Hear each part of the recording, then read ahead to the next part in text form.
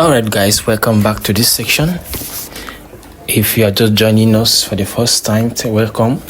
And if you have been with us from the beginning of this class to this moment, congratulations and thank you for joining us again. And if you have not subscribed yet, please, this is the right time for you to subscribe. In the previous section, we are able to establish, or we are able to calculate our SG&A, that's selling, general and administrative expenses. We are also able to calculate our operational costs, salary, and operational expenses, which is the SG&A actually. So that is what we are able to do. And I also told you that in this section that we are going to be looking at how to calculate the operating working capital. So in this section we are going to do that. So the first thing you're going to do, you can say there are days in the period. Our days in the period, to calculate your days in the period is actually very simple. All you need to do is to say the current end date minus the previous end date is going to give you the days in a period, as you can see. So you can just click and drag. So what you're going to do here, we are going to also link our revenue. So you're going to equal to sign, then come up and locate your revenue. So this is our revenue. Enter. Now also put your cost of sales. Now link your cost of sales to that. Locate your cost of sales. This is our cost of sales. We link it. Now this is the next thing is SG&A. This is our SG&A here. Now link it and press OK and press enter.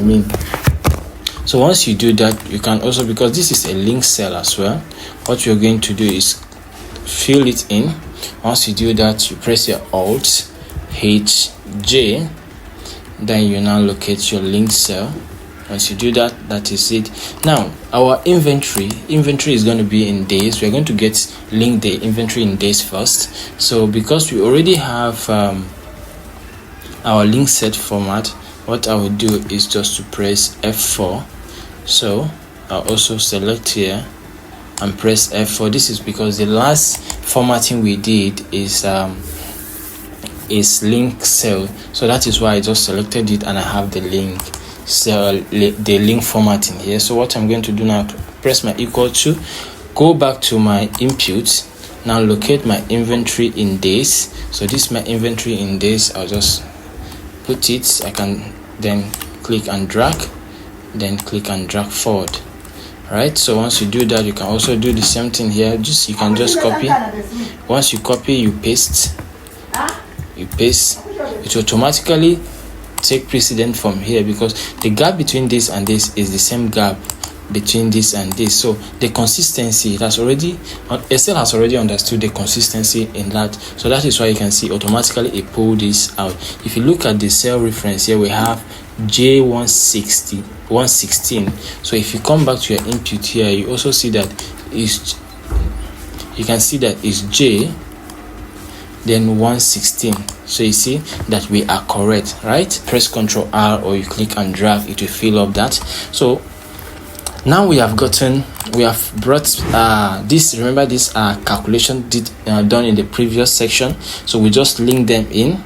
These two, this is an assumption, we just linked it in. So now the main calculation is going to be here. Now this is operating working capital. So what you want to get is the value of the operating working capital. So first of all, we are going to calculate our inventory. So inventory is going to be inventory in days. Our inventory in days divided by the days in a period. Days in a period, which is 365 days, which makes 1 year. Then multiply by what constitutes our inventory. What constitutes our inventory is cost of sales. Those are the things that constitute our inventory. So we just click. Once you do that, you say inventory in days divided by cost of sales multiply by inventory, multiply by the value of the closing, or the value of cost of sales. That's the cost of sales we calculated. That's it. You multiply it by it and you press enter. So this is the value you're getting. So when you do that, you now click and drag to the right to fill it in. Receivables is equals to receivable days divided by days in a period multiplied by, because what drives our revenue is what derives our receivable is our revenue. So the money comes from the revenue. That's for the sales we made to customers. So what we are trying to figure out is how much of this money or the revenue is actually outstanding. So that's what we are trying to determine now. How much of this revenue is outstanding? So we now multiply that by this, by the revenue, and we say enter. So you can see it gave us this value. I don't want to be seeing this error message, so ignore it. Now in this place too, prepayment. Our prepayment is also going to be prepayment in days over days in the period multiplied by days in the periods multiplied by our SG and A. Our SG and A is this. Multiply it by our SG and A, and you press enter. So we now do. And when you are done, you can just say alt equal to do this total summation and press enter. When you do that, you can just highlight and select to the right. So once you do that, that is how to calculate your operating working capital. All right. So let's give it the calculation formatting. So this is the calculation formatting. So don't mind me that I'm fast, but I have to a little bit fast so that we will not waste much time here. So now we have determined our current asset. This is our current asset.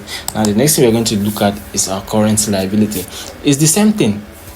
What is your days in a period for trade payables?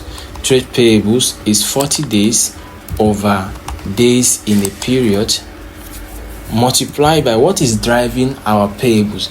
Remember that what is driving our payables is our inventory.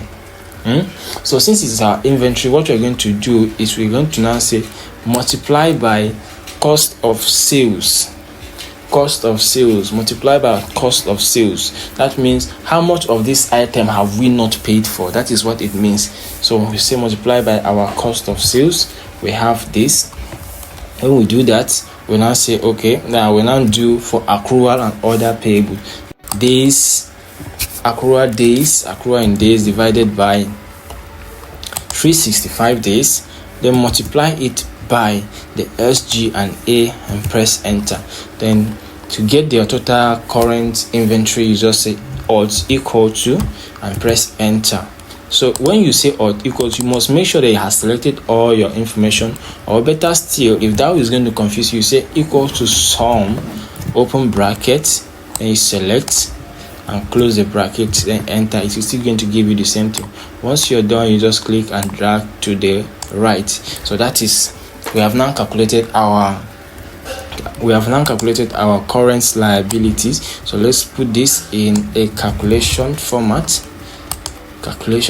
So that is it. Now remember that all these things we are doing, that is not the main thing we wanted to calculate.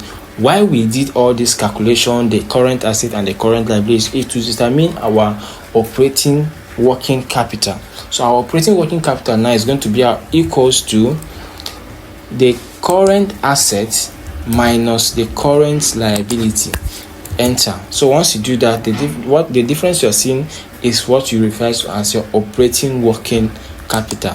So you click and drag it forward. So now we have changes in operating working capital. Well, this is actually not the part where we can do this, but I usually like doing it here because it's more easier for me when I'm preparing my cash flow statement, instead of going back and forth trying to do inventory, trying to get the inventory and the changes in inventory, changes in trade payable, receivable. So I prefer doing it right here, and it's going to give you the same result no matter how you want to do it, right? So this is what I'm going to do. I will say changes in working capital is going to be equals to current equals to previous operating working capital minus current operating working capital. Previous operating working capital minus current operating working capital is going to give you the changes in operating capital, right? So this is it. Once you are done, you click and drag it forward, right? So that is just how to do this right here. So this actually does not make any sense here because we don't use it here. Because I'm dealing with calculations, I usually like to put that one here so that I'll just link it in my I'll just link it in my statement of cash flows. So this one should be explanatory format. Yes.